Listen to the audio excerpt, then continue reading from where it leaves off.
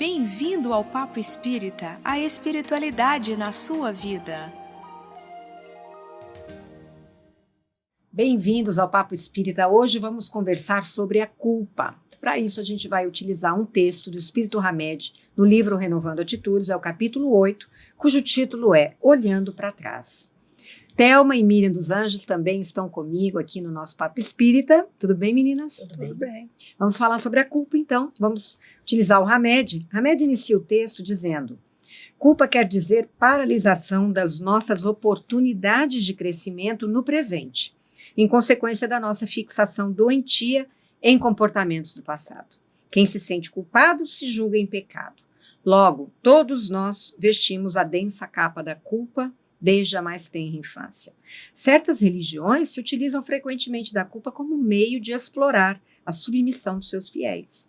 Usam o nome de Deus e suas leis como provedores do mecanismo da punição e repressão, afirmando que garantem a salvação para todos aqueles que forem tementes a Deus.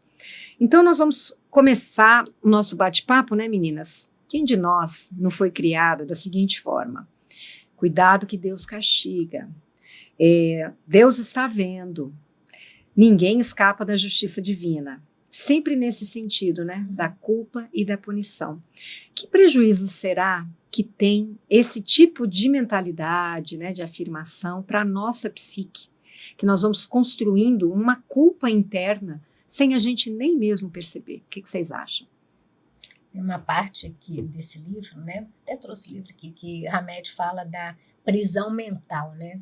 Acho que o grande prejuízo é essa prisão, né? Prisão mental é a gente ficar naquele pensamento recorrente dessa culpa, né? E eu penso que a gente só gera esse estado de culpa na medida que a gente também se torna consciente de alguma coisa eu fiz errado, tem alguma coisa que não está certo, né? Porque enquanto a gente não tem consciência do erro, do equívoco, passa batido, né? A coisa é natural, mas a partir do momento que a gente vai começando a perceber, cometendo determinados erros, faltas, a gente começa a ter esse estado de culpa. Mas a culpa é histórica, como você falou, né? As religiões, temos que ser temente a Deus, no sentido de temos que ter medo de Deus, quando na verdade temer, o verbo temer é respeito, submissão, né, às vontades de Deus, não medo como as religiões nos trazem, né? Porque quando a gente não sabe o que faz, a gente quer manter as coisas sob controle, né?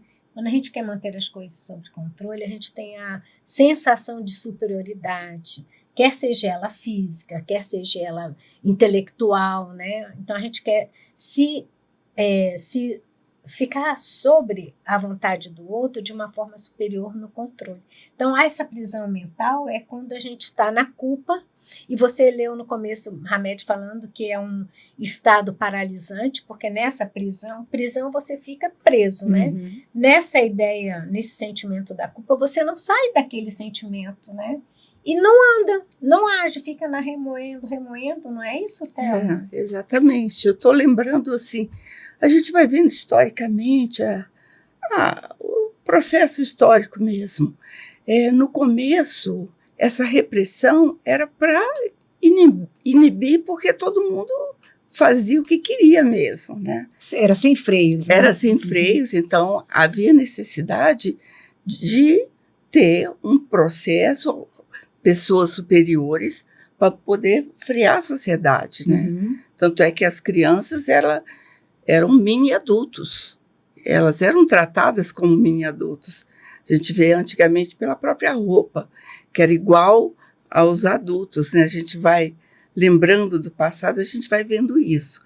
E com o tempo, assim, com a dinâmica até da evolução mesmo, nossa, o que acontece? A gente vê a criança como criança, né? É uma psique diferente. Uma psique diferente. Uma maturidade diferente.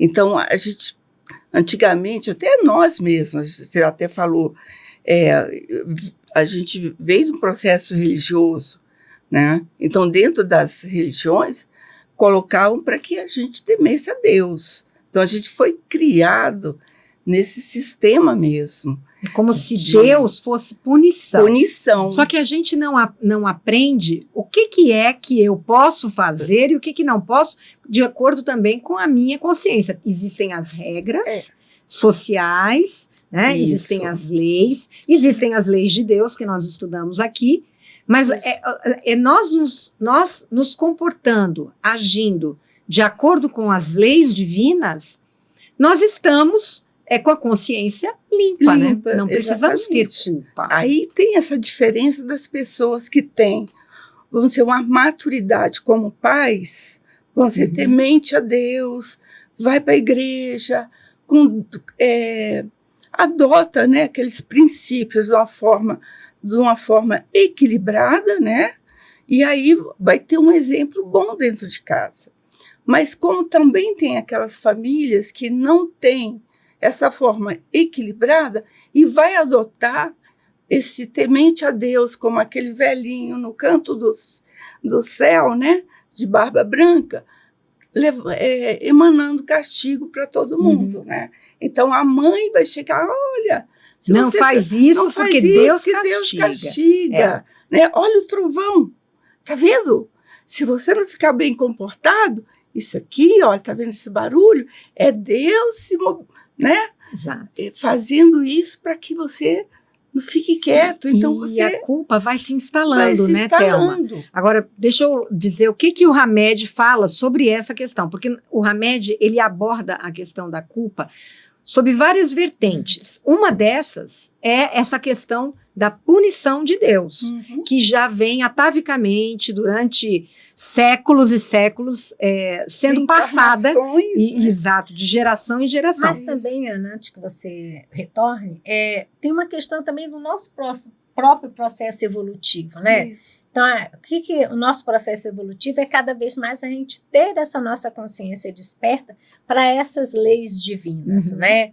Que, em outras palavras, talvez eu pudesse dizer que a gente pudesse crescer ou desenvolver a nossa moral, né? Porque a parte intelectual, né?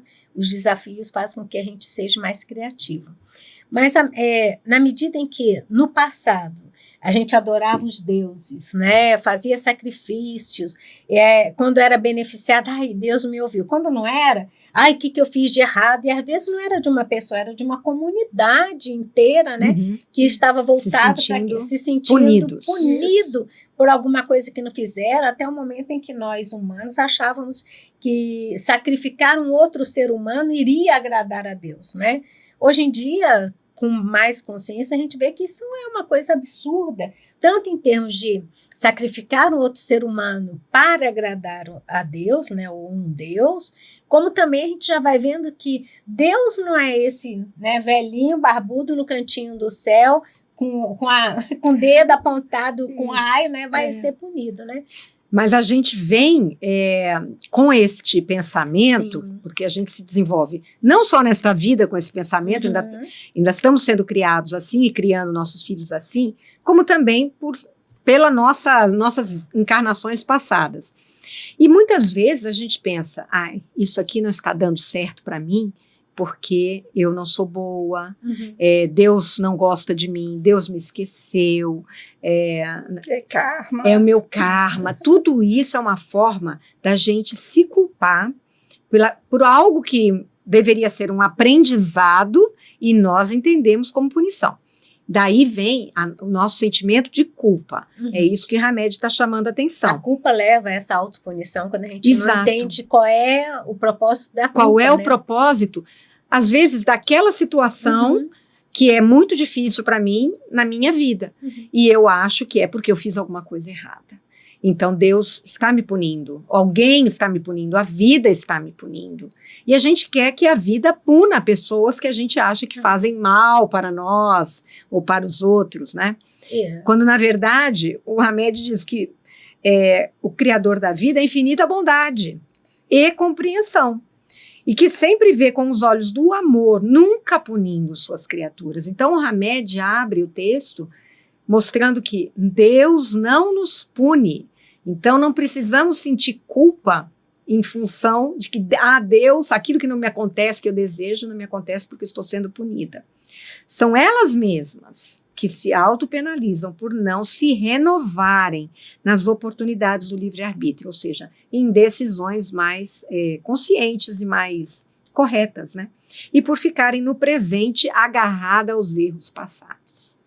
Então, isso é importante porque ele diz no início do texto que o sentimento de culpa é eu viver no presente amarrado num ato do passado em que eu errei. Eu cometi um erro e eu reconheço que eu errei, porém, muitas vezes eu não reconheço publicamente, mas eu guardo aquilo na minha consciência e aquilo modifica toda a minha vida para pior. Né? Eu também penso que como a gente traz na consciência as leis divinas, né? Uhum. Mesmo que eu não acredite, né, que isso exista, né? A gente tem esse DNA lá, né, sendo ativo, né, um DNA ativo.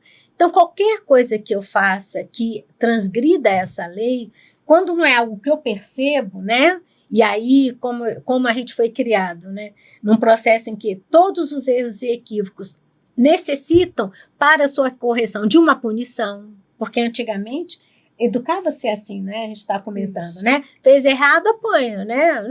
Ameaçado, né? Então, isso a gente começa a olhar esse comportamento e da autopunição como uma coisa natural, esperável a ser feita, né? A gente começa a achar isso muito natural. E aí vem, né, dizendo que não é bem assim que a gente deve estar fazendo, né? Então, quanto mais consciência a gente tiver, melhor a gente compreende a questão da culpa, porque na culpa, como você está colocando, culpa todos nós temos, culpa todos nós teremos, porque isso. Culpa significa a consciência de um equívoco, de um erro.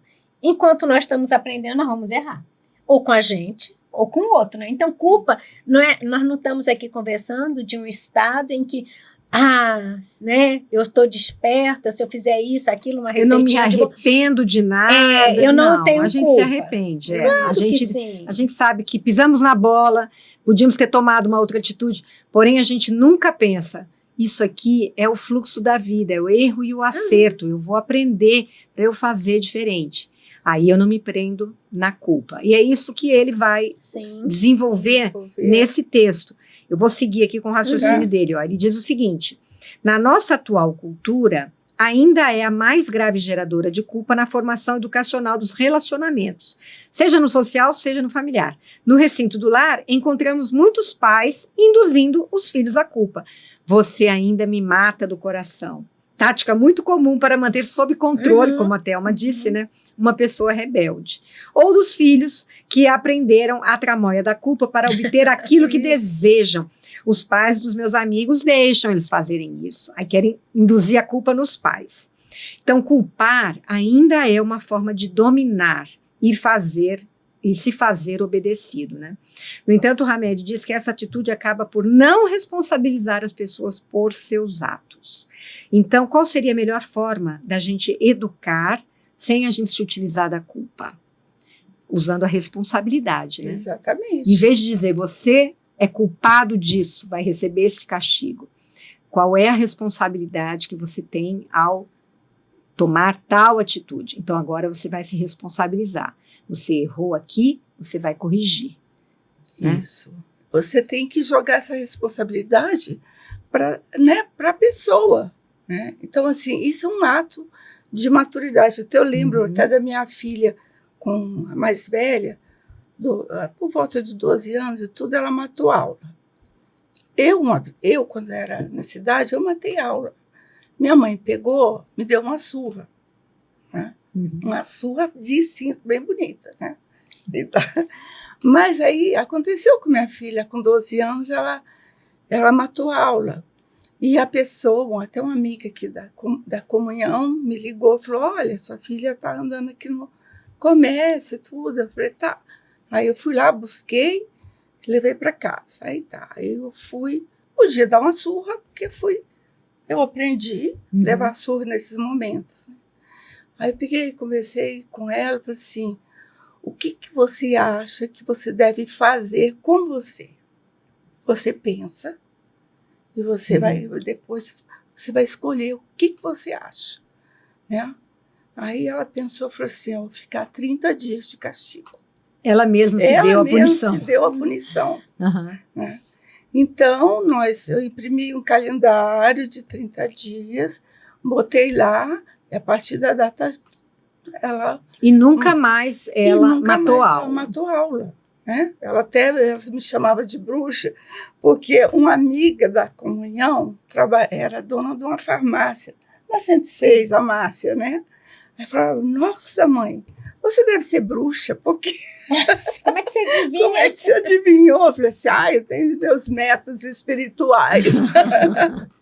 Então, assim, e aí eu não levantei a mão, né?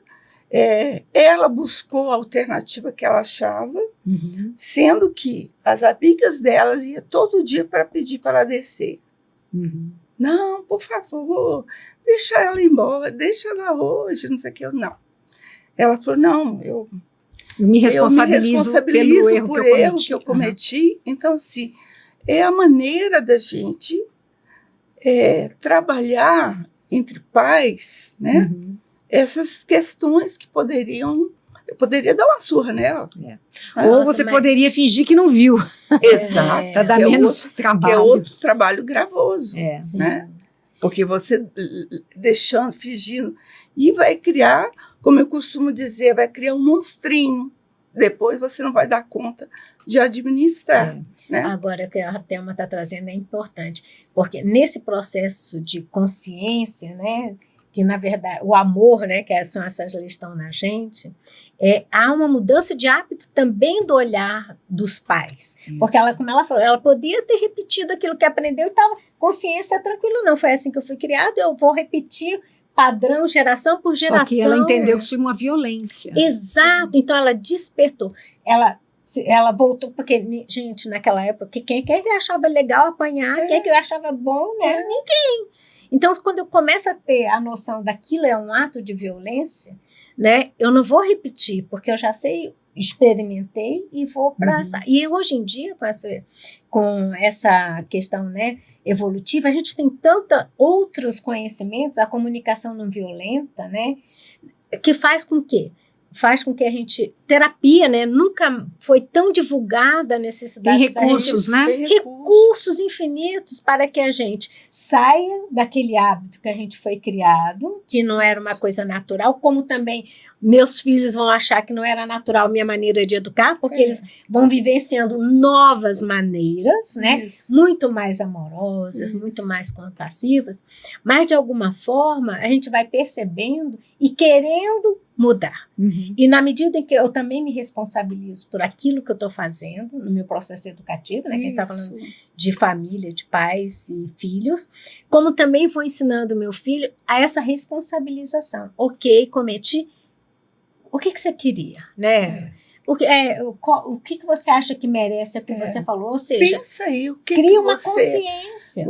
O que você vai assumir, né? É porque na vida serão essas as situações. As consequências. Porque a gente vai errar e vai ter que lidar com as consequências. Não adianta você ficar preso no erro, né? Você erra no trabalho. E de repente você se acha o pior profissional de todos, você atravanca uma carreira, um desenvolvimento, né? Uma cooperação, porque você cometeu um erro. Então você se sente inferior e tem que ser punido, né? Uhum. E toda pessoa que erra pede punição. E você, na verdade, só aprende quando erra.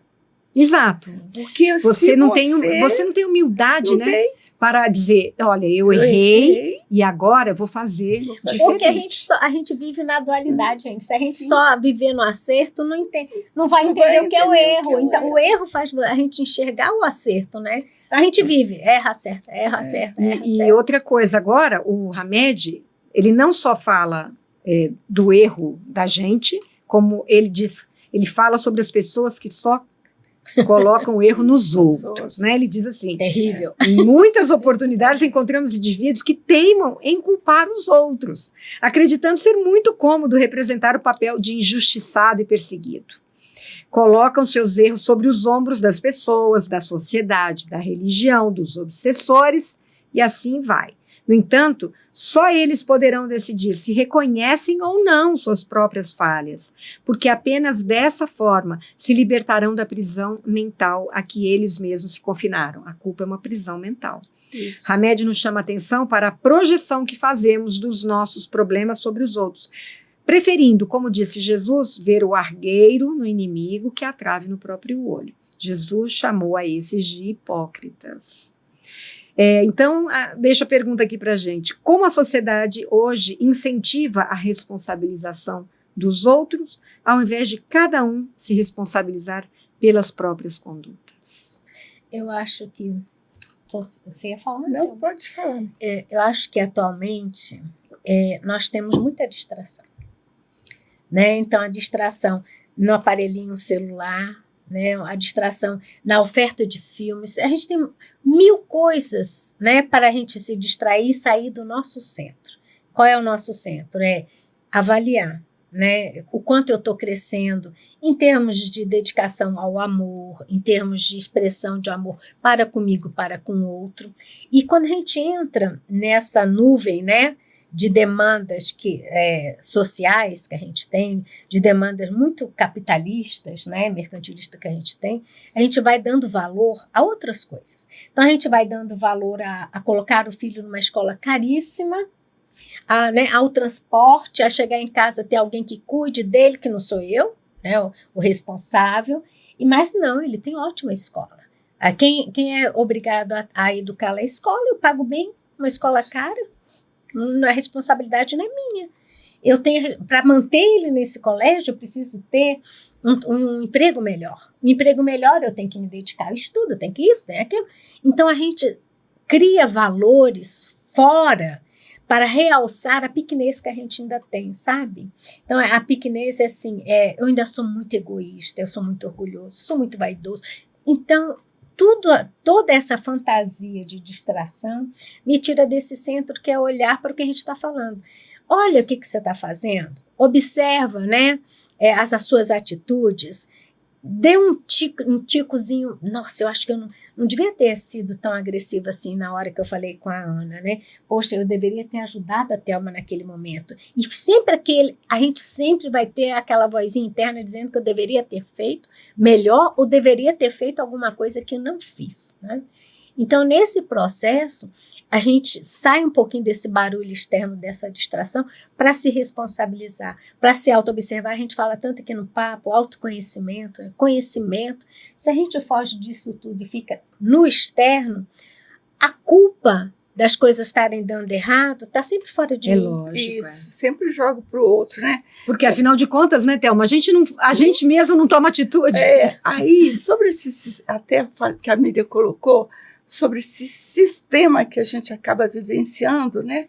Eu ontem até vi no YouTube, meu marido me chamou, Thelma, olha aqui, uma menina de 17 anos reclamando que ela estava apavorada porque ela ia ser convidada para sair com os amigos, eles iam para um lugar e sair de ônibus, ia passar o dia fora, não sei o que. Aí ela estava reclamando dos pais, porque os pais dela não ensinaram ela a andar de ônibus, pegar um metrô, sair para comprar alguma coisa, sair, sabe? Ela não sabe, porque eles iam ficar numa casa e ela não sabia varrer a casa, não sabia fazer nada. E aí ela estava culpando, estava chorando em prantos, né? Culpando os pais, porque os pais tinham protegido ela como uma princesa. Ela colocou isso, e a culpa era deles. E falou assim, você ri pela ingenuidade também da pessoa, né?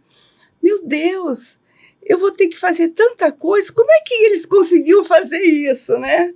Vai aprender, né? Que oportunidade, vou aprender. Mas, assim, o desespero dela, porque ao invés dela chegar a falar para uns colegas, gente, eu não sei fazer isso, vocês podem me ensinar? Uhum. Ou chegar para a mãe, olha, não sei.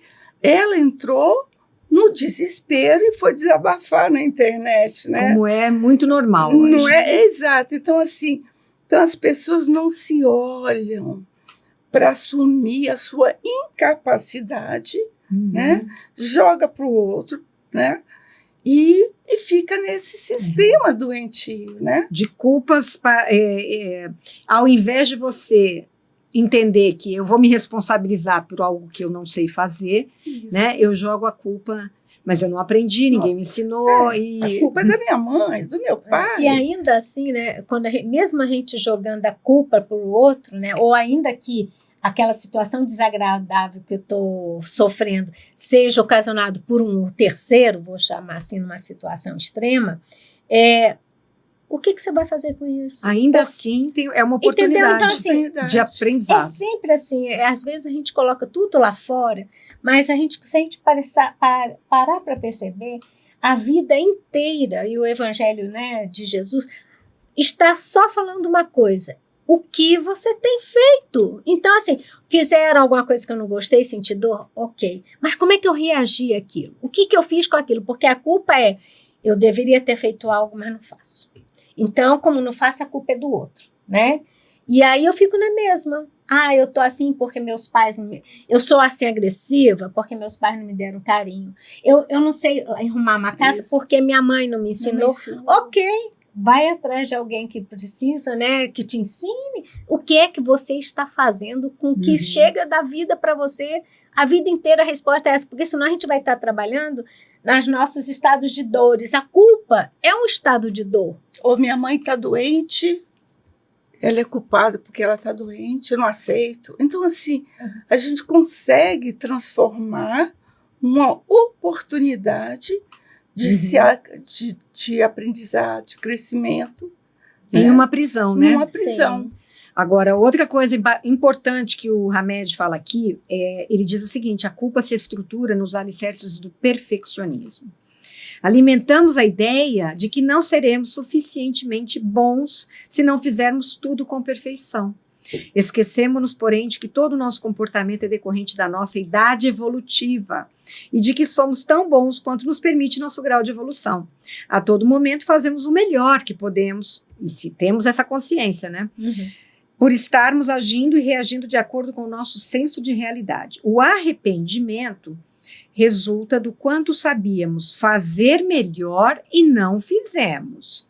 Enquanto que a culpa é invariavelmente a exigência de que deveríamos ter feito algo, porém não o fizemos por ignorância ou impotência. Aqui Hamed traça uma diferença entre arrependimento e culpa.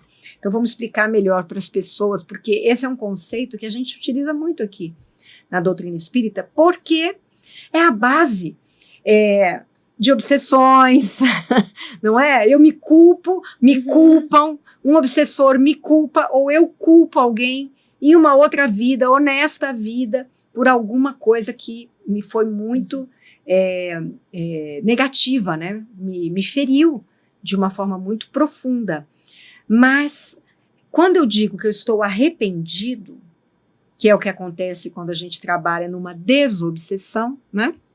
A gente conversa com aquele espírito e muitas vezes a gente faz ele enxergar que ele está perdendo tempo, querendo maltratar aquela pessoa, porque ela é culpada de alguma coisa, e aí ele vai e se arrepende. Mesmo porque ele reconhece que ele também estava numa prisão mental. Ele está numa prisão mental e aquilo é dolorido para ele. E quando a outra pessoa também, né? Na nossa vida aqui, quando alguém fez uma coisa ruim para você, né, Thelma? E a pessoa se toca e ela diz: ô Thelma, me desculpa, eu não devia ter falado daquele jeito com você, ou eu agi de tal forma com você.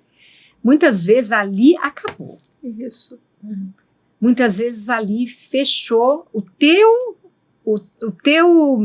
a tua raiva de mim. Isso. Que poderia te transformar na minha obsessora no futuro. Exatamente. Porque eu nunca me arrependi do que eu fiz para você. Claro que depois eu vou ter que reparar, né, Thelma? Dependendo do que seja, né, assim como uma reparação aqui, se eu bati no seu carro, eu vou ter que pagar o conserto do seu carro, né? Então, se eu prejudiquei você moralmente de alguma forma, eu vou ter que reparar. Em algum momento, seja nessa vida em outra. Uhum. Então, o arrependimento é um conceito muito importante. Sem ele, a gente não teria nossa evolução, não é isso? Eu acho que são 2 momentos de quando a gente comete o erro, né? E são 2 escolhas. É aquela coisa, o que a gente vai fazer com aquilo, né? Existe a culpa naquilo que eu fico naquela ansiedade, eu devo fazer alguma coisa, mas não vou fazer, ou porque acredito que a culpa é do outro, ou porque eu me sinto impotente, não sei como fazer, e fico remoendo, que é a culpa, né? Devia ter feito algo, mas não fiz, né? Como o Hamed ensinou. Mas aí eu também percebo que fiz alguma coisa que não foi legal. Poxa, não foi, né? Você deu o exemplo, não foi legal. Aí eu falei, nossa, agora eu tô arrependida. Agora o arrependimento é quando eu me dou conta que fiz alguma coisa que eu devo agora fazer melhor. Porque eu achei tão lindo que o Hamed falou que, independente do nosso nível evolutivo, da nossa idade, né? Idade evolutiva, da nossa consciência, né? Também evolutiva, o quanto eu estou mais desperto para esses assuntos que a gente trata aqui no Papo Espírita, quanto mais eu estou desperto, mais eu compreendo que pisei na bola. E se eu pisei na bola, eu vou tentar corrigir. O arrependimento nossa, não fiz legal. O que eu posso fazer? Existem coisas que são muito difíceis. Às vezes, que não tem como fazer. Ou a pessoa, se for a pessoa desencarnou, não está mais aqui. Ou então, o meu orgulho me impede profundamente de pedir desculpa. E às vezes isso é muito dolorido, né? Às vezes eu não consigo, dependendo do que for, né? O que a gente faz, né? Pelo menos uma oração. Se ainda está difícil trabalhar, se dirigir aqui, faz uma oração. Faz a outro, ou todo o bem que você pode fazer enquanto você não deu conta, né? De tratar aquele que você errou, né? Aquele erro que você cometeu e que não consegue ainda enxergar ele, né? Então, eu acho interessante quando Hamed disse que quando a gente olha para o passado, a gente tem que ter essa amorosidade. No passado, todos os erros que eu cometi, todos os acertos que eu também tive, eu fiz na melhor das minhas intenções, porque era o que eu sabia, né? Hoje, né, passado um tempo, hoje no presente, já me chegaram N informações, né? De livro de pessoas, de um monte de coisa. Com essas informações que eu fiz, guardei no baú, fechei, não quero saber, é uma escolha que eu faço. Mas se me chega, rever, né? Tomar novas atitudes. Eu acho que é nessa coisa. Então, se no passado o meu erro foi o melhor que eu pude fazer e mesmo assim errei feio, hoje, com essa consciência, eu posso, diante daquele mesmo erro, porque a gente, né, vai adquirindo débitos, esses débitos nos chegam novamente para nos testar o quanto nós já somos capazes de vencer aquele erro cometido. Não tem jeito, né? Eu estou lembrando de Jesus, né? Que conhecereis a verdade liberta, mas liberta aquele que está predisposto a se libertar, né? Está com maturidade para se libertar, como o Hamed coloca. E humildade, né, Thelma? Humildade. Porque quando ele diz que a culpa vem do perfeccionismo, eu não posso errar. Não pode errar. Poxa, o que mais a gente faz é errar. Nós estamos aqui na nossa idade evolutiva ainda infantil. Errando. Só que aprendendo, mas só que é o erro que nos permite o acerto. Isso. Tem muita coisa que se a gente erra e não aprende com o erro vem pior. Por quê? Porque já está na hora da gente aprender. Aí vem uma outra situação. E a gente às vezes também não aprende, porque estamos no perfeccionismo. Não, eu já sei, é assim. A pessoa se encastela, né? E aquela que não pede um perdão, aquela que não revê um ato, que não faz esse exercício que a Miriam falou de, no passado, eu agia assim porque era assim que eu pensava. Agora, com a minha experiência, com a caminhada da vida, eu aprendi que não é assim, né? Como você mesmo também falou no caso da sua filha. Não é assim, então eu não vou fazer assim mais. E isso vai trazendo paz. Nós vamos saindo dessa prisão da culpa. Porque a Miriam mesmo falou, né? Nós todos temos culpa. Sim, isso. Mas nós estamos trabalhando aqui para sairmos desse olhar para trás, que não nos ajuda, né? Olhar para trás para a gente aprender o erro. Mas o erro eu aprendo agora. Eu cometi, aprendo, quanto antes eu aprender melhor, né? Isso. E olho para frente. Então, eu vou reparar Isso. aquele erro, vou fazer diferente. O meu momento é agora, né? Para resolver as questões tem que ser esse momento. É o presente, É né? o presente. E eu vou trazer aqui mais uma fala do Hamed. Ó, ele diz o seguinte: assevera Paulo de Tarso. A mim, que fui antes de blasfemo, perseguidor que fui antes blasfemo, perseguidor e injuriador, quem conhece a história de Paulo de Tarso, sabe que ele perseguiu os cristãos. Mas alcancei misericórdia de Deus, porque o fiz por ignorância e por ser incrédulo. Olha a humildade que a gente tem que ter para dizer, eu não sabia. Eu era ignorante e eu era incrédulo, eu não acreditava naquilo. Quando eu me dei conta, eu entendi. E como é que eu vou passar a continuar fazendo o que eu fazia agora que eu sei que devo fazer diferente, né? Pode falar, Tânia. A exemplo de Paulo, né? Que ele se coloca dessa forma e ele passou pelo todo o processo, né? De se tornar um homem novo, né?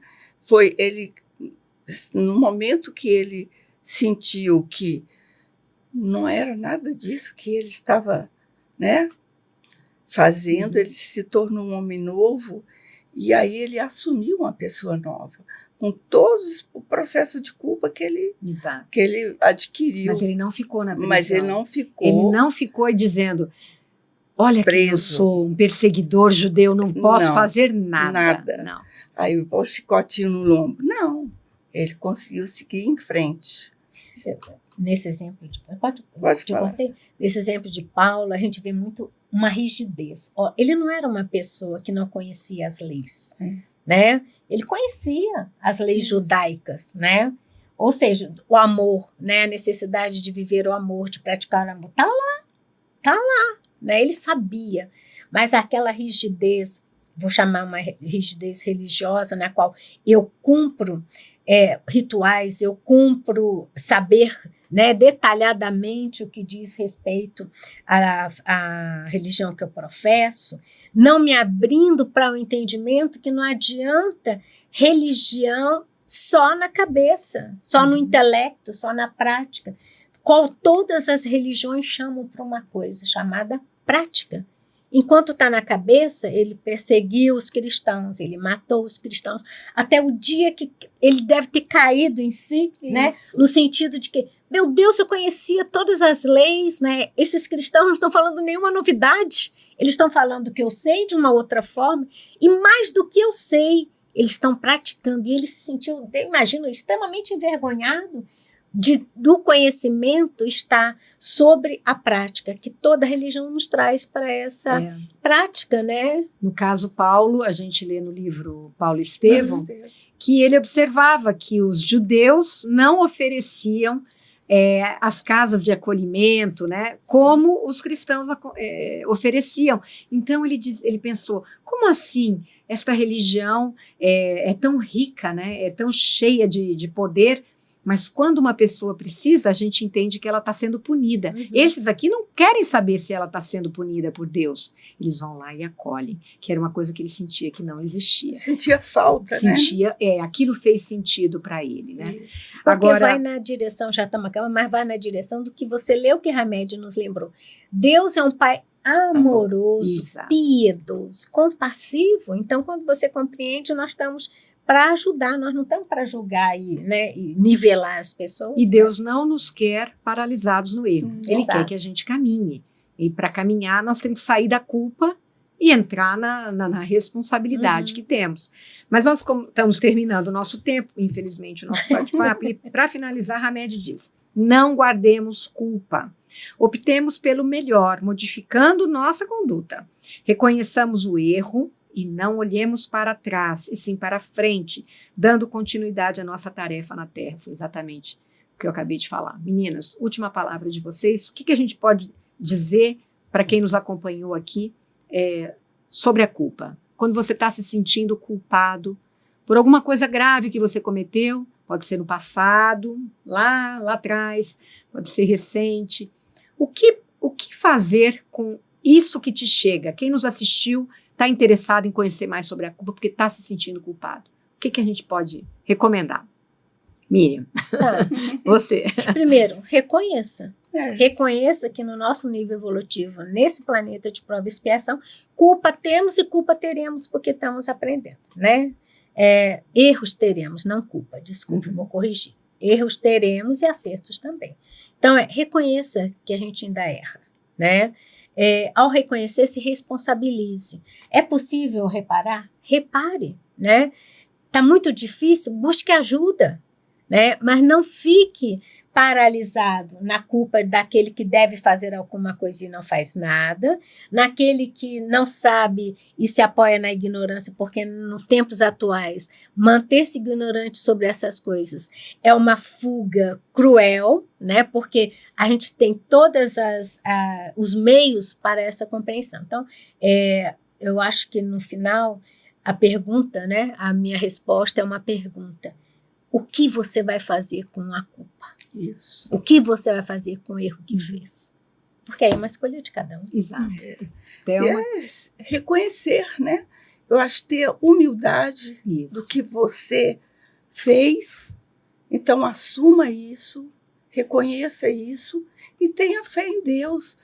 Peça oração, se ligue ao Pai Superior e busque toda alternativa de ajuda que você possa ter, né? Eu diria, desce do banquinho, a gente erra, né? Todos nós erramos, peça perdão, repare, faça alguma coisa, tome uma atitude, por mais orgulho que a gente tenha, né? Dificuldade em abrir, a gente tem que começar devagarinho. Então, começa pedindo pequenas desculpas, se você é uma pessoa que muito rígida, né, nisso. A sua figura para você mesmo é muito importante. Então, começa tratando bem as pessoas, pedindo desculpas por pequenos deslizes, os grandes deslizes que a gente tenha cometido ou vá cometer, aí nós já estamos com treino, né?